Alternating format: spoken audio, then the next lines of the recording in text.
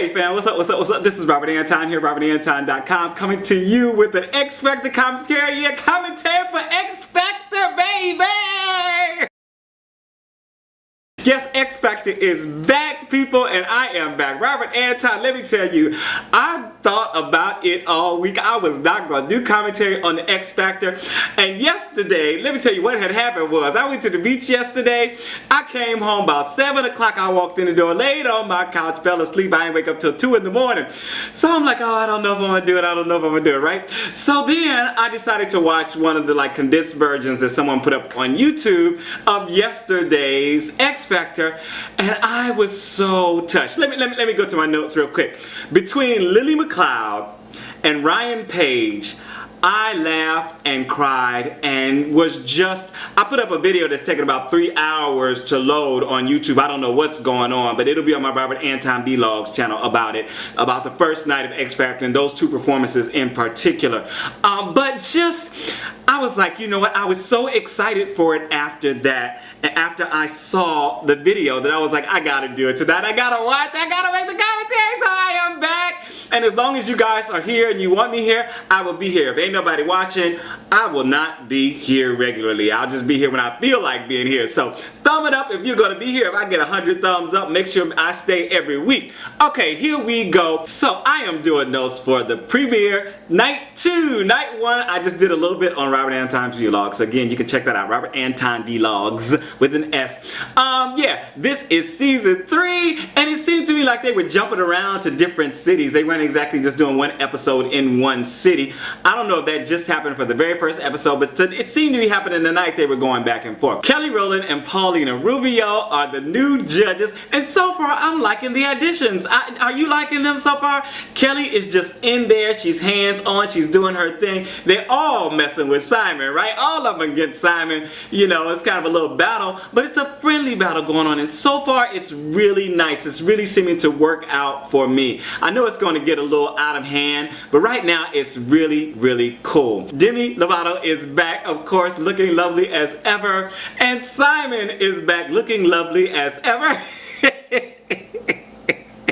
I thought it was a really good night. In the first episode I saw and in tonight's episode, I was cheesing the whole time. I was really, really glad to see them. So we started out on the second night with Yosseline Marquez. She was 21. She did Only Girl in the World by Rihanna. And she started out the night doing a karaoke, you know, and I wrote very badly. She had her little phone. She picked up her phone. I think it was an iPhone too. Good placement. And she was looking at the words and I was like, no, she is not. No, they did not let her get up there and do that. I don't know if she did that in an audition. If they did, shame on you producers for doing that. She said she was going to be better than Paulina, and she didn't know Simon's name, and I just... it was over for her. She was done. It was no good. Thomas Wiederspon, Carrigan Bradley, Amber Ferrari, K and B, Sean Harris all did some songs and were bad. Their clips, you can watch their clips, and I got them in the list here. Thanks for going out, guys, but you know, everybody can't be wonderful.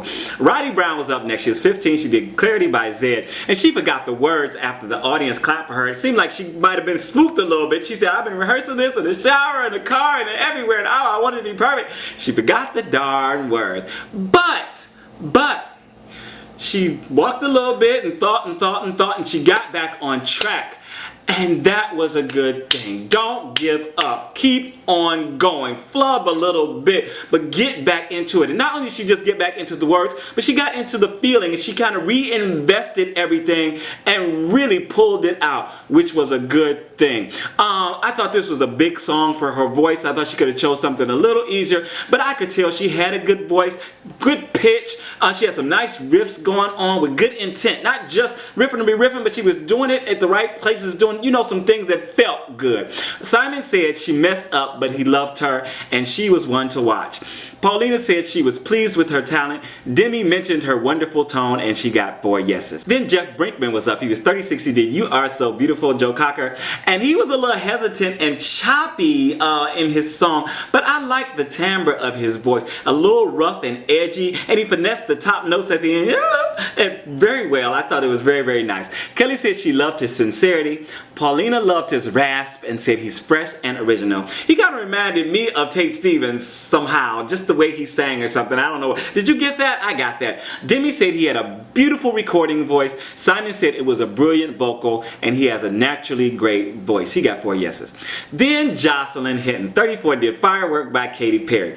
And I knew she was going to be funny, y'all, when she went on with all this attitude and she was like, oh, I'm up there with the divas with Mariah Carey and this person and that person. I was like, oh, Whitney Houston. And I was like, no, she better be good. Because I just had a feeling she was not going to be. Then she was giving attitude to the judges and whatnot, you know. And I'm such and such a, oh yeah, girl, I heard Kelly had this thing going on, right?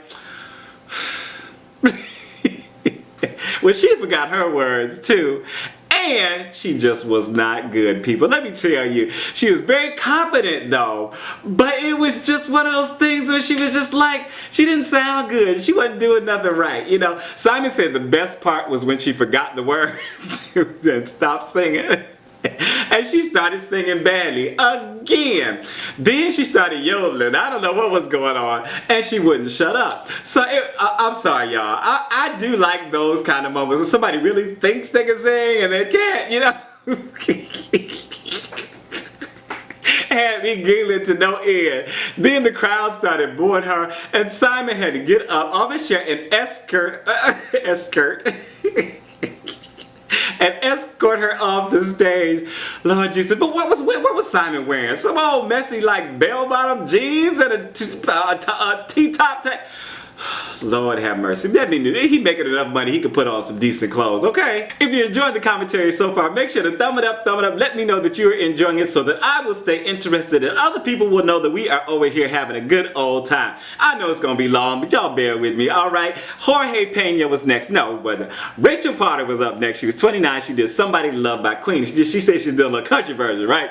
So she came in pretty strong, and Kelly mentioned her vocal control while she was singing. I was really intrigued by her bright forward tone and her take on the song. I mean, I just she had a lot of breath support. It was excellent, and she made it seem effortless, just effortless. They let her go on for quite a while, and the audience and judges seemed to really be enjoying her performance, and I sure was. I was enjoying it to no end. The girls all stood for her on the panel, but Simon didn't. Paulina said she has an amazing, powerful future. Kelly said she's a beast. Simon said she proved her point. Demi said she had the look, the best vocal she's heard, and that this industry is ready for her. And she got Simon said 4 big fat yeses. This girl was on point. I hope she goes a long way. Jorge Pena was next. He was 22. He did I'm a Me. I think it's like called Berzati. If I'm wrong, tell me down in the comments. Y'all know it. I don't know this Latin stuff, you know, but it sounded good to me. He actually had a pretty good voice, but came off a little skeezy. You know, to me, he thought he was the woman's man, you know, ladies' man and all that. He was being very Robin Thicke, you know, blurred lines. Okay, so... And the women seemed to be turned off by him. At least the women on the panel. They were like, giving him all kind of faces and stuff. He's trying to be like this player or whatever. And I was like, okay, whatever. Boy, just get up there and sing. Because you are really turning these girls off. Simon stopped him, pretty sure. Didn't let him go on very long. But... he had a nice voice. You could tell he had a really good voice singing, and just, you know, just very pleasing. It sounded very pleasing, and he knew what he was singing about. He was just over the top skeezy, you know, just too many things. Demi told him humility is really cute, and he lacked it. Kelly said he was acting like a donkey, and he got 4 yeses on his talent, but a lot of flack for his attitude. And let's hope he comes back with a little less attitude. But the funny thing, I wrote on Twitter, is like, he is going to be one that people are going to love to hate if he acts like that. I thought it was funny. You know, as a guy, I thought it was funny. I'm sorry. But, you know, tell me what you think, woman. Too many things. Simone Torres was next. She was 19. She did Mustang Sally by Wilson Pickett. Strange choice. She was kind of goofy in the pre-roll and very upbeat, you know, just kind of quirky. But her performance style It was so smooth and confident. It was such a surprise to me. A noticeable change, and she really had a soothing tone. It was so pretty, so beautiful. She knew what she was doing up there, and it sounded so good to me. Paulina said she didn't expect her to sing that well. Demi said she liked the light and sparkle in her eye from the moment she walked out. Simon and Kelly both said it was the best audition all day, and she got 4 yeses. Russ Puyol was 56 and he did Can't Help Falling in Love by Elvis Presley. And Simon tried to stop him very short. He was like, he's trying to stop the music, but the musician, whoever was on the board, wouldn't stop, right? The guy just kept singing, right? And they couldn't stop him. So, okay, the judges were laughing at him. I was laughing at him. The audience was laughing at him. But he was so intense into the song. I don't even know if he noticed. He was just doing his thing. He was so sincere, but just not a very good sound. You know, just, poor baby. You know, poor baby. Paulina tried to give him a note about his vibrato, but that didn't come out very well. I don't know if she knew what she was trying to say in English and it just wasn't going, right? Simon said it sounded like he was drowning. And Demi tried to get Simon to sing, but Russ started singing again when they started the music again. Kelly ran up to Russ and took the mic away from Russ and then gave it to Simon. They went to commercial and all this stuff. A big setup for Simon to sing or whatever. And then Simon basically just mimicked the guy, you know. He was like, it was a whole bit. It was just a whole bit. It went on a little too long, but it was funny. I got a laugh out of it. Let me know if you guys got a laugh out of it. Roxy Montana was up next. They were a group and 3 sisters, right? They did One Night Only to Start by J Hood, J Hall, you know, whoever, you know, from Dreamgirls. Right, okay, so it was the first girl who started and she tore it up. And the second was a little out of time and she messed up the third one who couldn't come in right for her interest. So it was kind of a train wreck, you know. Just kind of a train wreck. I think the first girl probably should have auditioned alone. That's what I wrote. Now listen, I am typing this as I go. So, alright, I thought she should have auditioned alone. Boom, because she was just that good. So Simon said so too. He said the Temperance was her name. Her voice was better, he said much better than the other two. And the other girls were like, you know, to give a little attitude or whatever. So, you know, whatever. He said what he's going to say. But Kelly asked him to sing a second song. So, not everybody gets a second chance. So when you're auditioning, make sure the first one counts. But they did get a second chance. And they sang a gospel song, I Know I've Been Changed. I know I've been changed. Again, Temperance started it out and tore it up. Alright? The other girls did sound better. When they came on for the harmony though, they were on point. They really sounded good. Really good harmony. And the audience got up on their feet for that one. They were all in. And the judges also said, Kelly said they sang their faces off. Paulina said they blew her away. Simon said they had a secret weapon, talking about Temperance. And that's what every band needs. And of course they got 4 yeses to go through. But remember people, you don't always get a second chance. You don't make the first one the best one. They probably just should have started out with that. After something else, that One Night Only just wasn't working. You know, just was not working. Okay, sang F it. It just wasn't working.